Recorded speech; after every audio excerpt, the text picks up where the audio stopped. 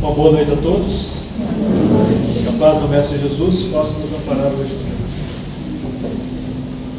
O tema escolhido para nós trabalharmos essa noite: obreiros do Senhor. Quem é obreiros do Senhor, hein? Somos obreiros do Senhor ou não somos? Né?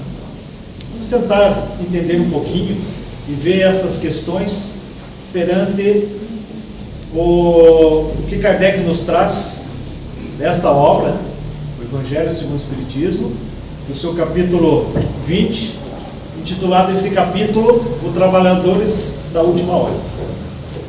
Dentro desse capítulo nós temos lá o item Obreiros do Senhor, ditado pelo Espírito da Verdade, a qual, hoje já quase que unanimidade, sabemos que o Espírito da Verdade é o próprio Cristo. Se não foi ele que ditou para o médium Allan Kardec, foi um espírito médium de Cristo ditando ao médium de Kardec. As palavras são muito bem claras em relação a isso, em quase todas as mensagens assinadas pelo Espírito da Verdade. E esta que nós vamos tratar também é mais uma delas. Mas antes disso, o capítulo 20, Trabalhadores da Última Hora, começa com uma parábola do Cristo, como a grande maioria dos capítulos do Evangelho segundo o Espiritismo. Então, Kardec retrata uma parábola que está descrita no Evangelho de Mateus, no capítulo 20, dos versículos 1 a 16. A parábola é bem conhecida nossa, que é a parábola da vinha. O que diz essa parábola, para que nós possamos entender? Inicialmente, Jesus começa dizendo: o reino dos céus é semelhante a... Nós ainda achamos que o Cristo está falando da vinha. Não. O Cristo está falando do reino dos céus. Ele se utiliza da figura da vinha para falar do reino de Deus. O reino dos céus é semelhante a um pai de família que saiu de madrugada a fim de assalariar trabalhadores para a sua vinha. Lá, achando alguns trabalhadores, convida-os para trabalhar na sua vinha, acerta com eles que receberiam pelo dia trabalhado um denário. Aqueles então que estavam ali dispostos a trabalhar, seguem a vinha. O senhor da vinha sai novamente na terceira hora. Aqui vamos abrir um parênteses. Jesus está falando isso mais ou menos 2000 anos atrás. Menos. Naquela época, o trabalho era do raiar do sol até o entardecer. Mais ou menos 6 horas da manhã às 18 horas da tarde. 12 horas de atividade. Então, o senhor da vinha sai na terceira hora. Então, se é a terceira hora, nós estamos falando 9 horas da manhã. Novamente, encontra lá alguns trabalhadores que ainda estavam sem trabalho, convida-os a vir. Sai novamente à sexta hora, à nona hora e faz o mesmo. Mas também sai à 1/10 hora, ou seja, às 17 horas da tarde, restando apenas 1 hora para encerrar o expediente daquele dia. Lá, encontrando outros trabalhadores, pergunta: vocês não conseguiram atividade nenhuma? Por que estão aqui? Eles respondem que ninguém veio assalariá-los. Eles estavam dispostos a trabalhar, mas ninguém apareceu. Então também os convida e leva para a sua vida. Encerrando-se então o dia de trabalho, chama a pessoa que é responsável por fazer os pagamentos e diz a ele que comece pagando dos últimos aos primeiros, e que a cada um deles desse um denário. Assim o fez o funcionário do senhor da vinha. Começou a pagar os primeiros até os últimos, que chegaram até os primeiros. Chegando nos primeiros, aí eles começam a reclamar: mas nós vamos ganhar apenas um denário também? Ficamos aqui desde o amanhecer do dia, em todo o sol, e estes que chegaram por último estão ganhando a mesma coisa. Mas, respondendo então ao dono da vinha, a um deles: meu amigo, não te causo dano algum. Não convencionastes comigo a receber 1 denário pelo dia de trabalho? Não foi este o acordo? Toma o que te pertence e vai. Apraz-me a mim dar a este último tanto quanto a ti. Não me é então lícito fazer o que eu quero? Tens mau olho porque sou bom? Assim, os últimos serão os primeiros serão os últimos, porque muitos são chamados e poucos os escolhidos. Esta parábola, titulada Parábola da Vinha, tem muitos caminhos que poderíamos seguir para trazer exemplos para nosso comportamento e as nossas reflexões. Nós vamos trabalhar na veia dos obreiros do Senhor, que é uma mensagem ditada no próprio capítulo 20.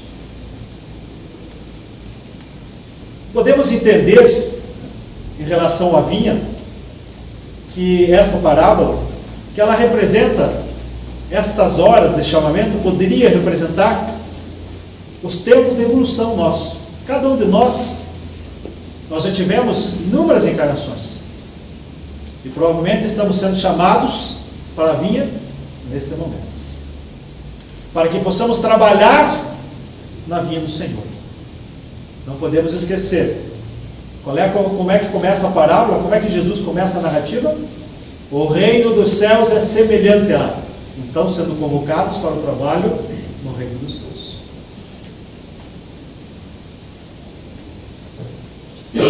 O Espírito da Verdade, no item 5, começa a sua explanação dizendo o seguinte: aproxima-se o tempo, o período, em que se cumprirão as coisas anunciadas para a transformação da humanidade. Estão aproximando-se os tempos da transformação da humanidade. Esta mensagem foi ditada em Paris, em 1862.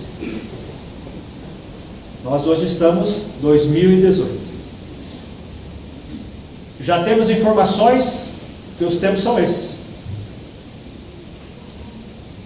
O Espírito Bezerra de Menezes, num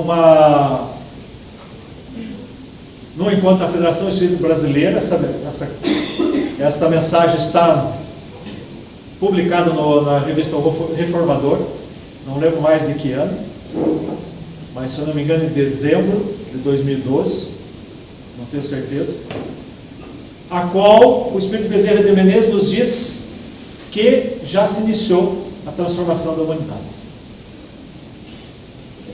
A partir de 18 de abril de 2010. Nós já estamos na era do início do processo de mundo de regeneração, mundo regenerador. No início. Porque ele também explica nessa mensagem, usando o exemplo do relógio. Quando está próximo à meia-noite, o relógio vai andando, cruza a barreira da meia-noite. Mudou alguma coisa no cenário onde se encontramos? Pelo fato do relógio mudar apenas, que era 11 horas alguns minutos, e passou a meia-noite, alguns segundos, alguns minutos, não muda nada. É exatamente esta a comparação. Então, para nós, não mudou muita coisa. Mas tem uma coisa que é importante. Já estamos no outro dia. Ou seja, estamos numa outra era. Não voltamos mais para trás. E aqui o que fazemos vai ser a conduta que vai nos levar ou não para essa condição de um mundo melhor. Mas o tema não é esse. Nós vamos falar aqui do obreiro do Senhor. Continua o Espírito da Verdade dizendo: ditosos serão os que houverem trabalhado no campo do Senhor, com desinteresse, sem interesse pessoal. Que esse é a maior dificuldade que nós temos no nosso progresso, o interesse pessoal. E aquele também que eu venho aqui na Casa Espírita para fazer uma atividade importante, seja de que natureza for, porque eu quero e para o nosso lar. Já tem um interesse pessoal aí. Vocês conseguem compreender isso? Mesmo eu trabalhando na casa espírita, eu posso estar ali ainda vinculando ao interesse pessoal. Não que esteja errado, né? Não tem nada errado. Nós somos espírito imperfeito e erramos. Em nenhuma lugar da codificação e nem em uma obra que seja obra séria, complementar da codificação, está escrito que os espíritos nos cobram perfeição. Mas está escrito em um monte de lugar que eles nos cobram esforço e vontade para mudar, para transformar, para deixar as nossas mazelas para trás. Sem nenhum interesse, que não seja outro móvel, senão a caridade. Então, o Espírito da Verdade está dizendo: de todos os serãos que houverem trabalhado no campo do Senhor, no reino dos céus, na vinha de Jesus, qualquer denominação que possamos colocar aí. Quando a gente fala de Jesus, eu gosto de repetir, já devo ter falado isso inúmeras vezes aqui, e repito sempre quando vem a palavra e a temática do Cristo, nós temos que conceituar corretamente quem é esse Espírito. Buscando primeiro o que diz a codificação. Se nós pegarmos o livro do Espírito, questão 625, Jesus é o Espírito mais perfeito que Deus já ofereceu ao homem para lhe servir de guia e de modelo. Guia porque nós precisamos que alguém nos leve no caminho onde queremos, que podemos traduzir por felicidade, entre outras coisas, né? Paz, de consciência, espírito puro, qualquer denominação que possamos dizer com relação ao nosso progresso, aonde nós queremos chegar. Então o Cristo, Ele é este guia, mas Ele também é o nosso modelo, porque se eu tiver dúvida de como eu vou seguir, qual é as minhas atitudes, qual é o meu comportamento nessa trilhar para seguir o Cristo, vou usá-lo como modelo. Basta eu questionar. Tem uma encruzilhada, uma dificuldade, o que faria o Cristo? E o que é a resposta que vem na minha consciência é o que eu devo fazer, usando Ele como meu modelo. Mas a doutrina do Espírito nos fala um pouco mais do Cristo. Se usarmos a obra A Caminho da Luz, ditada pelo Espírito de Emmanuel, psicografia de Francisco Cândido Xavier, no primeiro capítulo, Geração Planetária desta obra, A Caminho da Luz, existe uma plena de espíritos superiores que são responsáveis pelos sistemas planetários, a qual Jesus é um destes membros.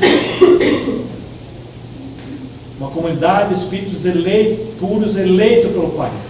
Às vezes nós, na nossa visão, imaginamos que quando chegarmos ao espírito puro, está tudo resolvido, vão parar por ali, né?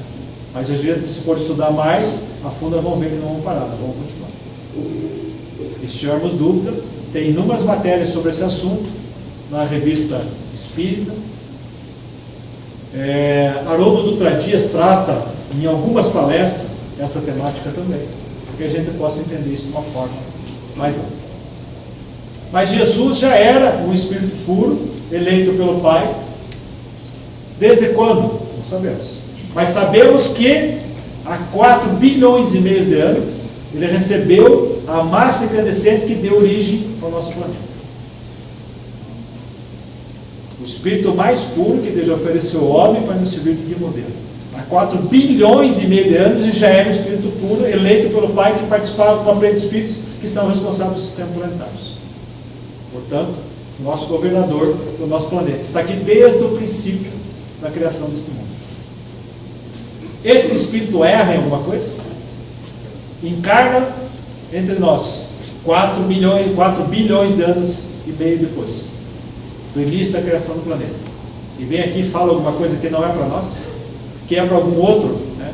Ou que é para a nossa próxima encarnação, porque muitas vezes é isso que nós fazemos, né? Que é mais fácil. Mas não é, esse espírito não é. Esse espírito trouxe tudo aquilo que nós precisamos. Quem somos nós? Todos nós que temos o contato com cada situação e cada mensagem que Ele nos trouxe, seja em que época da nossa jornada que for. Vai se apresentar todas elas no momento que nós já estivermos preparados para seguir o caminho. Portanto, todas as vezes que escutarmos é para nós, e não é para os outros.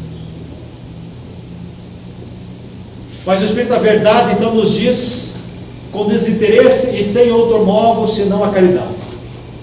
Precisamos conceituar caridade. Quando a gente fala em caridade, a primeira coisa que nos vem à mente é dar alguma coisa. Pode ser um ato caritativo ou pode não ser. Se eu limpo o meu armário e não sei o que fazer com aquelas roupas, eu vou fazer uma caridade e doar para o centro espírita. Não, eu não estou doando. Doando eu estou, desculpa, não estou fazendo uma caridade. Eu estou me desvencilhando de algo que está me incomodando. O meu interesse não é ajudar o próximo, mas é me livrar das coisas que eu tenho. Vocês conseguem observar a diferença de uma atitude que é realmente do nosso íntimo? Eu vou tirar uma blusa que eu tenho lá, que é útil para mim, e eu vou dar para o meu irmão que precisa dela. O que vale é o sentimento. Mas caridade é muito mais amplo do que isso. Kardec já tinha essa preocupação e fez uma pergunta também no Livro dos Espíritos, questionando a espiritualidade superior. Qual é o entendimento que Jesus tinha sobre caridade? Resposta, ela está na ponta da nossa língua. Todos nós, ou a maioria sabe, benevolência para com os nossos amigos. É isso? Opa, acho que não é. Não é isso, né? Benevolência para com todos. E todos, todos, não é só nossos amigos. O que é benevolência? Fazer o bem. A todos, aqueles que gostamos e aqueles que não gostamos. Aqueles parentes difíceis e aquele que gostamos. Aquele vizinho que nos incomoda, aquele colega de trabalho. Todos, todos, sem exceção. Jesus, para que pudesse entendermos isso de uma forma melhor, Ele nos diz que nós temos que amar o próximo como a nós mesmos, mas também temos que amar os inimigos, para que nós não deixamos ninguém de fora. Então são todos. Benevolência para com todos, indulgência com as imperfeições alheias. O que é ser indulgente? Aceitar o próximo como ele é. O que nós fazemos? Queremos que os outros se moldem da maneira que eu quero, do que eu acho que é melhor. Nós não aceitamos os outros como eles são. E vamos mais, né? Porque nós queremos ser juízes. Jesus já disse: não julgueis para não serem julgados. Mas nós ainda julgamos os outros e condenamos os outros, porque eles são diferentes daquilo ou da maneira que nós gostaríamos que fosse. Quando eu falo isso, sempre eu pergunto, né? Para que a gente possa ter uma forma muito simples de entendimento disso. Para aqueles que têm filhos, sempre estão lá querendo moldar os seus filhos. Não é assim que funciona? Mas aí vem uma segunda pergunta. Nós, como filhos, aceitamos quando nossos pais quiseram nos moldar? Não. Nossos filhos também não vão aceitar. E também não temos nem esse direito. A educação é uma coisa. Queremos obrigar os filhos a fazer aquilo que nós achamos justo. Eles são espíritos milenares como nós. Mas também diz caridade como sendo perdão das ofensas. Perdoar as ofensas. Que tipo de ofensa? Todas. Quando?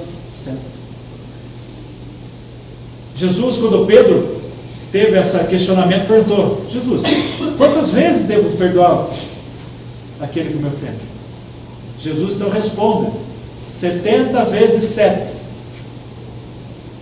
Daí está fácil, 490 vezes. Teve uma senhora uma vez, chegou a Chico Xavier e disse: Chico, vou me separar do meu marido. Meu marido é alcoólatra,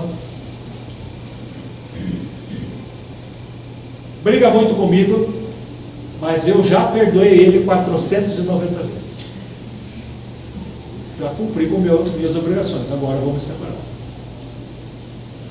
Conta a narrativa, que nesse momento Chico fica meio perturbado também, o que eu vou responder agora? Aí imediatamente Emmanuel chega ao seu lado e diz: Chico, diz para ela que a cada ofensa. E é esse o entendimento que nós temos que ter do perdão. Sempre. Todas as ofensas, sem exceção, quantas vezes forem necessárias. Ditosos, continua o Espírito da Verdade, os que hajam dito a seus irmãos: trabalhemos juntos e unamos nossos esforços. Isso é uma coisa simples, né? Todos nós fazemos isso. Estamos todos lutando sempre pelo mesmo ideal, na vinha do Senhor, no reino de Deus. Não é assim que funciona? Não estou sentindo firmeza aí. Mas os textos são para reflexão mesmo. A fim de que o Senhor, ao chegar, encontre acabada a obra. Nós temos que unir-nos nos mesmos ideais para que possamos concluir a obra. O Espírito da Verdade começa dizendo que aproxima-se os tempos e cumprirão as promessas da transformação da humanidade. Se nós não nos unirmos, a obra pode não estar acabada. Vocês conseguem observar a responsabilidade que nós temos no trabalho?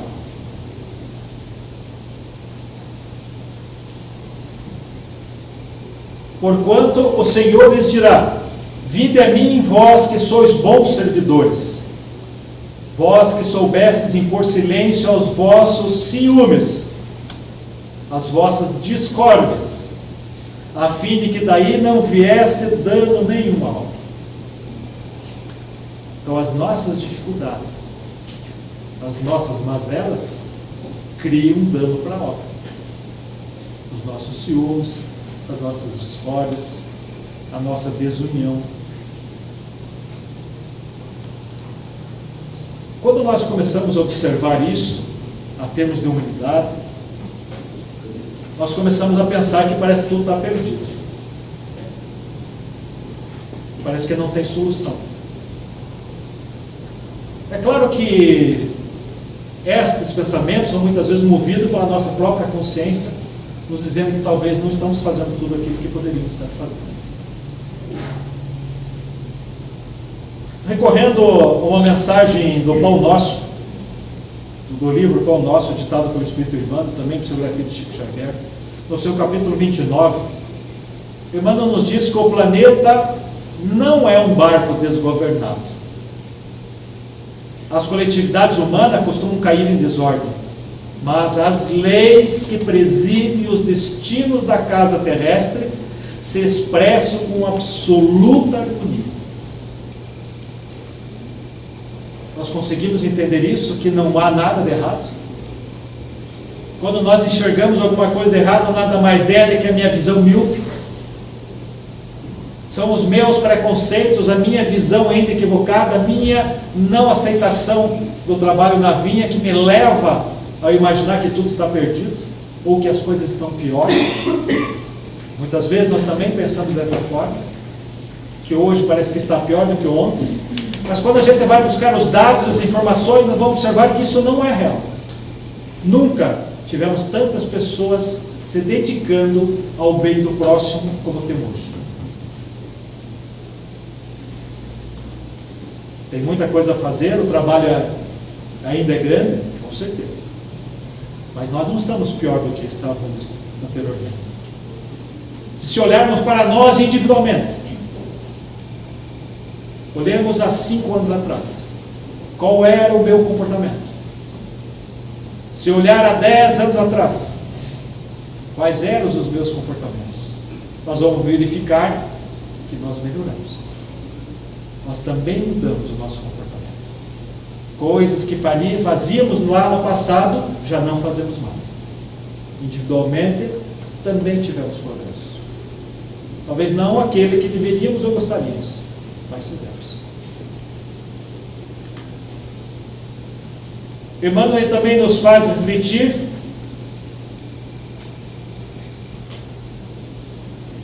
essa verificação de que as leis que presidem os destinos da casa terrestre se expressam com absoluta harmonia. Essa verificação nos ajuda então a compreender que a terra é a vinha do Senhor, que nada está fora do lugar. Quando Jesus nos disse: o escândalo precisa vir, mas ai daquele que seja instrumento, porque a lei de causa e efeito vai ter que entrar em ação. E que muitas vezes olhamos isso, a lei entrando em ação, como fosse um castigo, porque ela vai nos trazer sofrimento. Mas é o equívoco também do pensamento, porque nada mais é do que uma oportunização que Deus nos dá através do sofrimento. Porque é a oportunidade que temos de revisar, de reconceituar, de mudar o comportamento equivocado perante a lei a qual estamos cometendo e redirecionar então esses atos por uma condição melhor. E aí estou alcançado, naquele ponto eu nunca mais vou ser infeliz, porque naquele ponto eu não errarei mais. Eu já consegui então passar esse pedacinho, esse degrauzinho evolutivo. E cada passo que eu dou desse, eu vou ter uma condição um pouquinho melhor, porque na série de situações eu já não cometo mais. E se eu não cometo, a lei não precisa mais me alcançar naqueles pontos. Mas tem inúmeros outros ainda que eu preciso tratar e resolver. Mas cada passo que eu dou é um passinho adicional no caminho da felicidade. Portanto, não é um castigo, é uma oportunização. Emmanuel então nos lembra nessa passagem do Pão Nosso: onde quer que estejas, recorda que te encontras na vinha do Cristo. Aonde for que estivermos, na casa espírita, no lar, na sociedade, no trabalho, na diversão, aonde for, estamos na vinha do Cristo. Quando nós conseguimos entender isso, os nossos esforços para o bem, que faz parte da caridade, benevolência para com todos, fazer o bem a todos, ela tem uma postura diferente. Mas eu preciso trabalhar isso no meu íntimo. Eu preciso trabalhar a condição de que eu estou na vinha do Senhor, que eu sou um trabalhador do Senhor, que eu sou um obreiro do Senhor. Obreiro e trabalhador é a mesma coisa. Quando eu consigo entender isso, mais força eu tenho para lutar contra as minhas imperfeições. Conforme então está lá no livro Evangelho segundo o Espiritismo, o bom espírita é aquele que se esforça para dominar as suas más tendências. E esta é uma das condições que eu preciso para conseguir observar quais são as minhas más tendências. Ou conforme está no livro do Espírito, na questão 919, onde Kardec questiona a espiritualidade, qual é o meio que eu consigo acelerar mais rapidamente, me desvencilhar das minhas dificuldades e progredir. A resposta é: conhece-te a ti mesmo, ou seja, enxergar as minhas deficiências, para que eu possa corrigir. Agora, se eu não enxergá-las, como corrigi-las?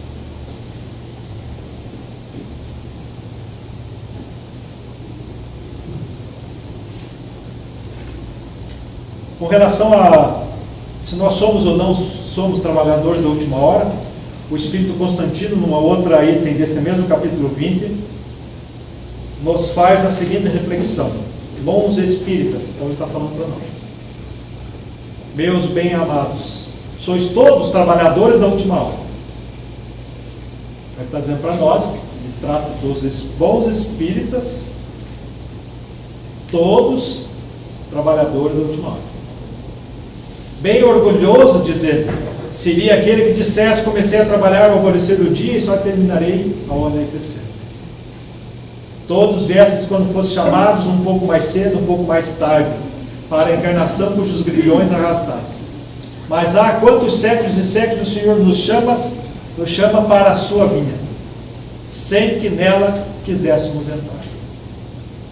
Eis que chegou o momento de embolsarmos o salário, Empregai bem a hora que vos resta, e jamais esqueceis que a vossa existência, por mais longa que possa parecer, não passa de um momento fugaz na imensidade dos tempos que formam para a vossa eternidade. Para vós a eternidade. Então, esta encarnação é apenas piscar de olhos da eternidade. Já estivemos aqui em inúmeras outras encarnações. Já morremos, renascemos por inúmeras vezes. Quantas? Não temos a mínima ideia.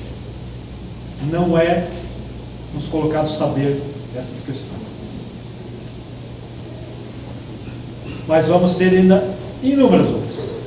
Porque conforme diz a espiritualidade superior, estamos mais próximos do princípio que do final. Temos um caminho muito longo.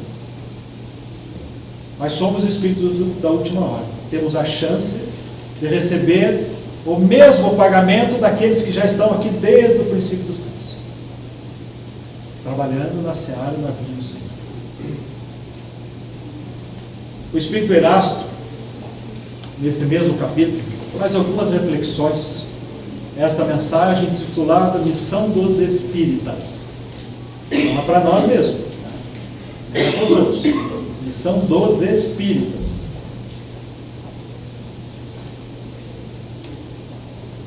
Ele começa dizendo: não escutai já os ruídos da tempestade que há de arrebatar o velho mundo e abismar no nada o conjunto das iniquidades terrenas. Então ele volta a tratar aqui de uma forma mais poética da transformação anunciada pelos profetas da antiguidade, pelo Cristo mesmo, algumas vezes, da mudança da nossa condição planetária. Ele nos diz que há bendizei o Senhor, que vos haveis posto a vossa fé na sua soberana justiça, e que novos apóstolos de crença revelada pelas proféticas vozes superiores, ide e pregai o novo dogma da reencarnação e da elevação dos espíritos. Vocês já pararam para pensar o quanto é importante o entendimento que nós somos espíritos, estamos ora encarnados, não é a primeira vez e não vai ser a última? E que nossa pátria real e verdadeira é o mundo espiritual, a qual retornaremos no momento que concluímos as nossas atividades aqui na Terra, nesta vivência física. Quantas situações que nos traziam medo e dificuldade de compreensão das coisas, somente o entendimento da reencarnação. Quanto isso nos ajuda na nossa jornada. Porque o Espírito está dizendo aqui: ide e pregai o dogma da reencarnação e da elevação dos espíritos. Ele também diz que é chegado a hora em que deveis sacrificar a sua propagação, aos vossos hábitos, os vossos trabalhos, as vossas ocupações fúteis.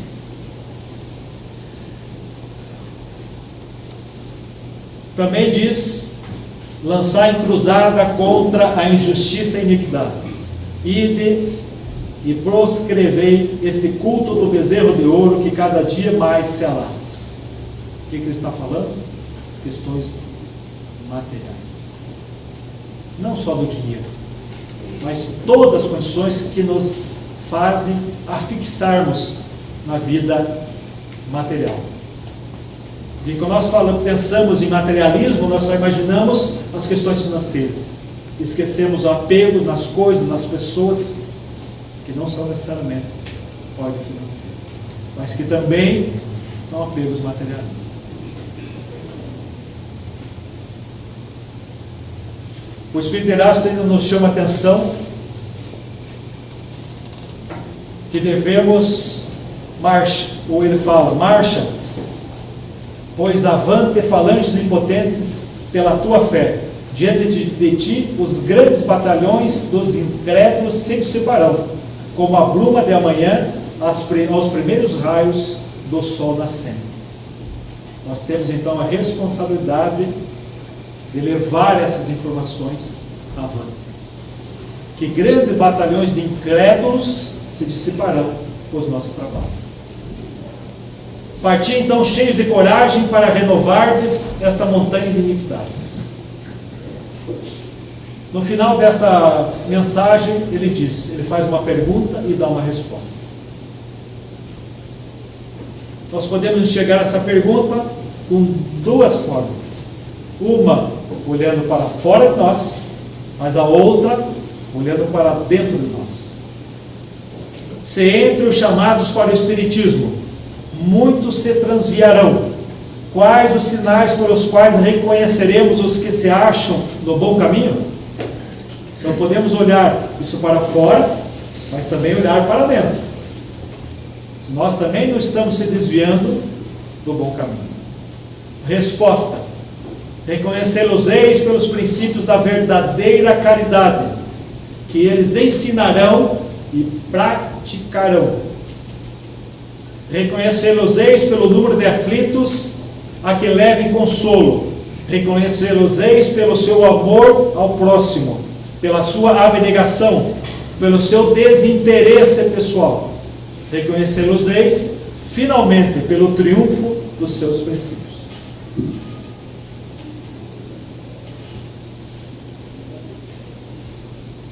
E nós?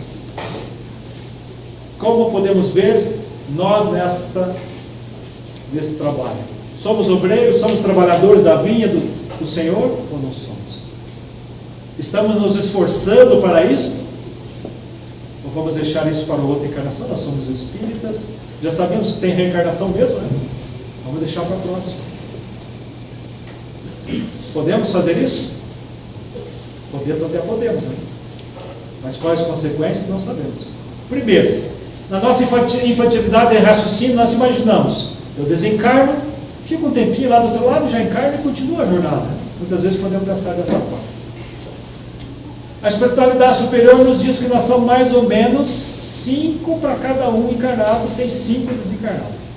Se todo mundo tiver numa filinha de reencarnação, quantos anos nós aqui na nossa região estamos vivendo, em média? Podemos arredondar para 80 anos? Poderíamos, né? 5 vezes 80 dá quantos anos? 400 anos. Então, se a matemática for simples assim, só teríamos a oportunidade em 400 anos. É claro que a matemática divina não é essa. A quantidade de população, ela vai aumentando, isso dá mais oportunidade. E, na realidade, não são todos os espíritos que estão hoje, mesmo em torno da ordem terrestre, que necessitam reencarnar. Mas nós não podemos fazer essa conta, que essa conta, não podemos imaginar que vamos ter a oportunidade. A conta é simplesmente para nos tirar a ilusão de que realmente não temos a oportunidade, todos vamos desencarnar e já estamos voltando para cá. Não é assim que funciona. Como o livro dos Espíritos nos diz, a reencarnação pode ocorrer minutos ou séculos depois do desencarne. Haroldo Dutra Dias, numa das suas palestras, ele faz uma indagação para que nós possamos refletir, que é pertinente à nossa fala de hoje. Ele pergunta: é vida pessoal? A nossa vida pessoal, no lar, na sociedade, no trabalho, fora da casa espírita, ou dentro da casa espírita, em todos os lugares. Existe alguma diferença com a divulgação do cristianismo, com ser trabalhadores da vinha do Senhor? Existe diferença de nós, como vida pessoal, como sendo trabalhadores da vinha do Senhor? Existe diferença? Não. Ele nos lembra Haroldo nos lembra, os desígnios de Deus se manifestam nos pormenores da nossa existência. Como nós vivemos é a maior divulgação da doutrina espírita. E essa divulgação não é dentro da casa espírita, mas é lá fora, onde realmente estão as nossas dificuldades, seja ela no nosso lar, seja nosso relacionamento profissional, seja nosso relacionamento social. São lá que nós vamos encontrar os verdadeiros dificuldades, e é lá que nós temos que realmente ser os obreiros do Senhor.